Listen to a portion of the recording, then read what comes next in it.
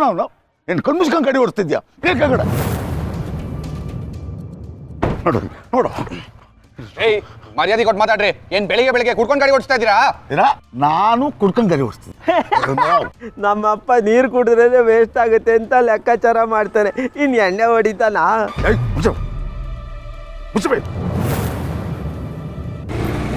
ಮಗ ನಿಲ್ಸು ನಿಲ್ಸು ನಿಲ್ಸು ನಿಲ್ಸು. ಯಾಕೆ ಗುರು ಏನಾದ್ರು ಬಿದ್ದಾಯ್ತಾ? ಇಲ್ಲ ಕಣ, ಒಂದು ನೋಡು.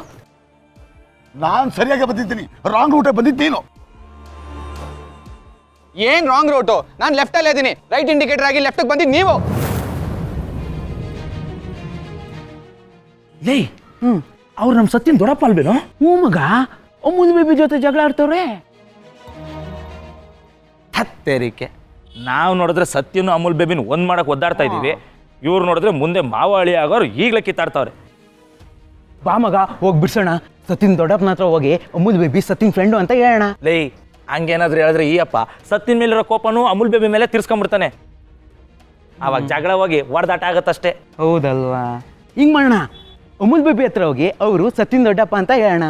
ಆವಾಗ ಅವನು ಅರ್ಥ ಮಾಡ್ಕೊಂಡು ಜಗಳ ನಿಲ್ಲಿಸ್ತಾನೆ. ಹಾ ಹಿಂಗ್ ಮಾಡೋಣ. ಗಾಡಿ ಎತ್ತು.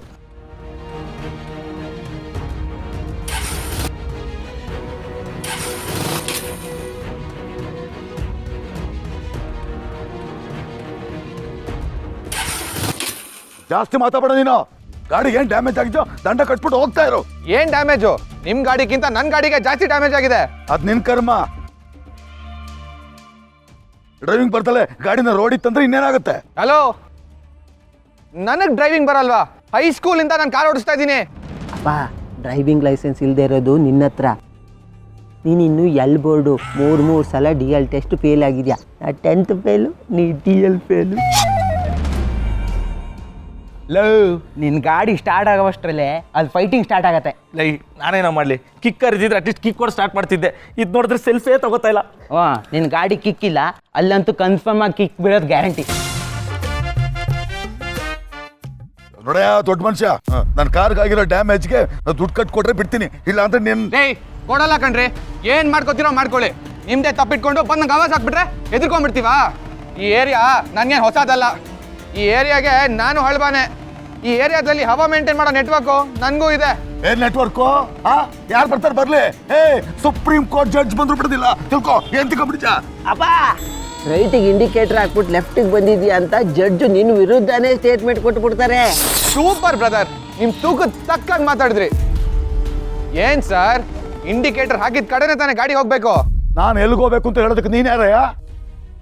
ರೈಟ್ಗೆ ಹೋಗ್ಬೇಕಾಗಿತ್ತು, ಇಂಡಿಕೇಟರ್ ಹಾಕ್ದೆ, ಆಮೇಲೆ ಲೆಫ್ಟಲ್ಲಿ ಅಂಗಡಿ ಕಾಣಿಸ್ತು, ಲೆಫ್ಟಿಗೆ ತಗೊಂಡೆ.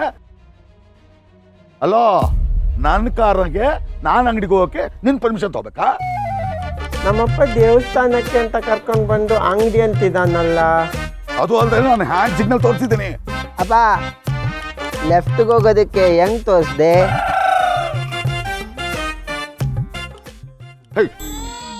ಸಾಯಿಸ್ಬಿಡ್ತೀನಿ, ಮುಚ್ಚಬಾಯ್. ಅವ್ರ ಬಾಯ್ ಯಾಕ್ರಿ ಮುಚ್ಚಿಸ್ತೀರಾ? ನಡೀರಿ ಪೊಲೀಸ್ ಸ್ಟೇಷನ್ಗೆ. ಯಾರ್ ಬಾಯ್ ಯಾರು ಮುಚ್ಚಿಸ್ತಾರೆ ಅಂತ ನೋಡೇ ಬಿಡೋಣ. ಈ ತರ ರೋಲ್ ಕಾಲ್ ಎಲ್ಲ ನನ್ನ ಹತ್ರ ನಡೆಯಲ್ಲ. ಯಾರಿಗೆ ಹೇಳ್ತಿದ್ದೀಯ ರೋಲ್ ಕಾಲ್ ಅಂತ? ರೋಲ್ ಕಾಲು ದೊಡ್ಡವರು ಅಂತ ಮರ್ಯಾದೆ ಕೊಟ್ಟು ಮಾತಾಡ್ತಾರೆ. ಗೋಲ್ ಹಿಡ್ಕೋತೀರಾ?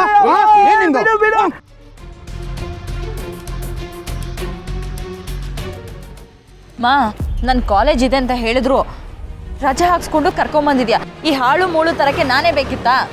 ಈ ಎಲ್ಲ ಸಾಮಾನು ನಾನೇ ಎತ್ಕೊಂಡ್ಬರಕ್ಕಾಗತ್ತೇನೆ? ಸತ್ಯ ಇದ್ದಿದ್ರೆ ಅಮ್ಮ ಸಾಕು. ಸತ್ಯ ಇದ್ದಿದ್ರೆ ಎಲ್ಲ ಕೆಲಸ ಮಾಡ್ತಿದ್ಲು. ನಾನು ದೊಡ್ಡ ವೇಸ್ಟ್ ಅಂತಾನ? ನಾನು ಮದುವೆ ಆಗೋದ್ಮೇಲೆ ನೀವಿಬ್ರೆ ಖುಷಿಯಾಗೇ ಇರ್ರಿ ಮನೇಲಿ. ಯಾಕೆ ಹಾಗಂತೀಯ? ಮದುವೆ ಆಗಿ ಹೋದ್ಮೇಲೆ ನಮ್ಮೆಲ್ರಿಗಿಂತ ನೀನೇ ಚೆನ್ನಾಗಿರೋದು. ಅದಕ್ಕೆ ಈಗಲೇ ಟಾರ್ಚರ್ ಕೊಡ್ತೀಯಾ?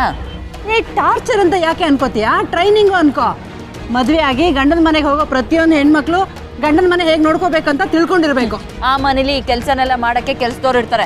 ಹಾಗಂತ ನಾನು ಈ ಕೆಲ್ಸದವ್ರು ಮಾಡೋ ಕೆಲಸನ ನಾನು ಮಾಡೋಕ್ಕಾಗಲ್ಲ. ಅರ್ಥ ಆಯ್ತಾ?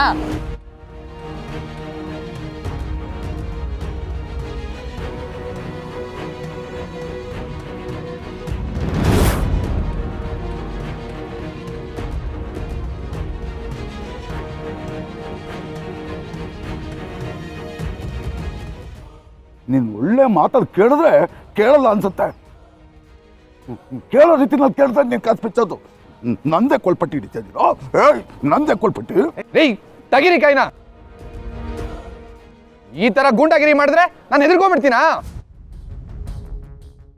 ನನಗೂ ರೌಡಿಗಳು ಗೊತ್ತು, ನಾನು ದೊಡ್ಡ ರೌಡಿನೇ. ಒಳ್ಳೆ ಜಗಳ. ನಿಜ ಗಾಡಿ ಡ್ಯಾಮೇಜ್ ಆಗಿರೋದ್ರಲ್ಲೇ ಹೋಗಿರೋದು, ಈಗ ಬಾಡಿನೂ ಡ್ಯಾಮೇಜ್ ಆಗುತ್ತೆ. ನಿಮ್ ತಪ್ಪಿಗೆ ನಾನು ಯಾಕ್ರಿ ಕಾಸು ಕೊಡ್ಬೇಕು? ಸ್ಟೇಷನ್ಗೆ ಹೋಗೋಣ ನಡೀರಿ. ಈ ತರ ವಸೂಲಿ ಆಟ ಎಲ್ಲ ನನ್ನ ಹತ್ರ ನಡೆಯಲ್ಲ. ನಾನು ಎಲ್ಗೂ ಬರೋದಿಲ್ಲ. ವಸೂಲಿ ಮಾಡ್ದಲೆ ನಾನು ಎಲ್ಲಿಂದ ಕದ್ದಲ್ಲ. ಇದು ಬೇರೆ ಸ್ಟಾರ್ಟ್ ಆಯ್ತು. ಗಾಡಿ ಇಲ್ಲೇ ಇಟ್ಟು ಬಾ. ಮಗ ಒಂದು ನೋಡು, ಜಾನಕಿ ಅಮ್ಮ ದಿವ್ಯಕ್ಕನು ಬಂದ್ರು.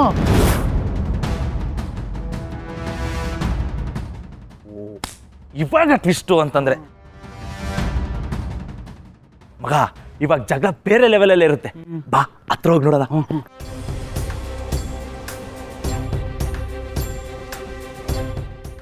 ಭಾವ ಏನ್ ಮಾಡ್ತಿದ್ದೀರಾ? ಭಾವ ಬಿಡಿ ಅವ್ರನ್ನ. ತಮಾಷೆ ಮಾಡ್ಕೊಡಿ. ಭಾವ ಅವ್ರನ್ನ ಬಿಡಿ. ಬಿಟ್ರೆ ಕಾಸು ನೀನು ಕೊಡ್ತೀಯ? ವಿಷಯ ಏನು ಅಂತ ಗೊತ್ತಿದ್ದಲ್ಲ ಮಧ್ಯದಲ್ಲಿ ಬಂದು ಮಾತಾಡೋಣ ನೀನು. ನಿನಗೂ ನಿನ್ನ ಮಗಳಿಗೂ ಬೇರೆ ಕೆಲಸ ಇಲ್ವಾ? ನನ್ನ ವಿಷಯದಲ್ಲಿ ಯಾಕೆ ಮುಗ್ ತೂರ್ಸ್ಕೊಂಡ್ ಬರ್ತೀರಾ? ಹೋಗಿ ಇಲ್ಲಿಂದ ಹೋಗಿ. ಭಾವ ನೀವು ಅವ್ರನ್ನ ಯಾರು ಅನ್ಕೊಂಡಿದ್ದೀರಾ? ಯಾರಾದ್ರೂ ನನಗೇನು ಮೊದಲು ಕಾಸು ಪಡಿಲಿ ಇಲ್ಲಿ ಬೇಡ. ಅಯ್ಯೋ ಭಾವ, ಇವರು ನಮ್ಮನೆ ಅಳಿಯ ಆಗಿ ಬರ್ತಿರೋರು.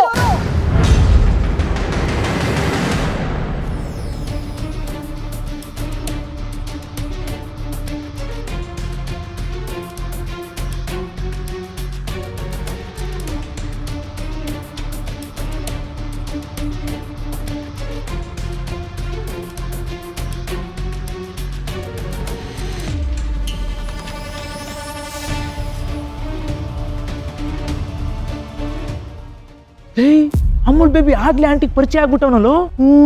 ಆಂಟಿ ದಿವ್ಯಕ್ಕಂಗೂ ಪರಿಚಯ ಮಾಡ್ಸಿರ್ಬೇಕು, ಅದಕ್ಕೆ ಅವರು ಸ್ಮೈಲ್ ಮಾಡ್ತಾವ್ರೆ.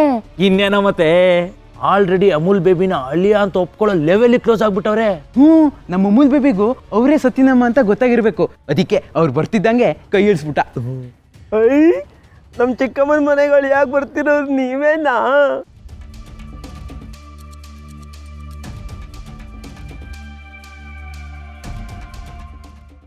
ನೋಡ್ದ್ಯಾ ಅಂತಮ್ಮ, ಆಂಟಿ ನಮ್ಮ ಹತ್ರ ವಿಚಾರಿಸಕ್ಕೆ ಹೇಳಿ ಆಲ್ರೆಡಿ ಇನ್ಫಾರ್ಮೇಶನ್ ಕಲೆಕ್ಟ್ ಮಾಡ್ಕೊಂಡು ಅಳಿಯ ಅನ್ನೋ ಲೆವೆಲ್ಗೆ ಮಾತುಕತೆ ಮುಗಿಸ್ಬಿಟ್ಟಿದಾರಲ್ಲೋ. ಹಂಗಿದ್ರೆ ನಾವೇ ಸತ್ಯನ ಹತ್ರ ಮಾತಾಡ್ತಿರೋ ಸ್ಲೋ ಅಂತ ಆಯ್ತು. ಹ್ಞೂ ಮಗ, ಅಮೂಲ್ ಬೇಬಿ ಆಲ್ರೆಡಿ ಸತ್ಯ ಅವರಮ್ಮನ ಹತ್ರ ಅಳಿಯ ಅಂತ ಅನ್ನಿಸ್ಕೊಂಡು ಅಷ್ಟು ಹತ್ರ ಆಗೋನೆ. ಆದ್ರೆ ನಮ್ಮ ಸತ್ಯಂಗೆ ಇನ್ನೂ ಡೈರೆಕ್ಟ್ ಪ್ರಪೋಸೇ ಮಾಡಿಲ್ವಲ್ಲೋ. ಸತ್ಯ ಯಾವತ್ತೂ ಗುರ್ಗುರ್ ಅಂತಿದ್ರೆ ಇವನೇನ್ ಮಾಡ್ತಾನೆ ಪಾಪ. ಇವಳು ಮಾತಾದ್ರೆ ಅವಾಜ್ ಆಗ್ತಾಳೆ, ಈ ಪಾಪುಗೆ ಪ್ರಪೋಸ್ ಮಾಡೋಕ್ ಧೈರ್ಯ ಎಲ್ಲಿಂದ ಬರುತ್ತೆ?